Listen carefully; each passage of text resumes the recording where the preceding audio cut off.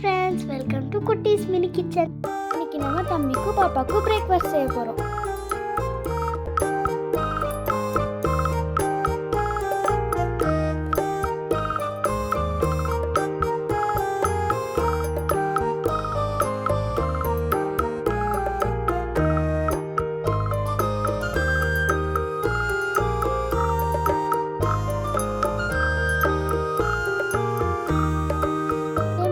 Dosa ready.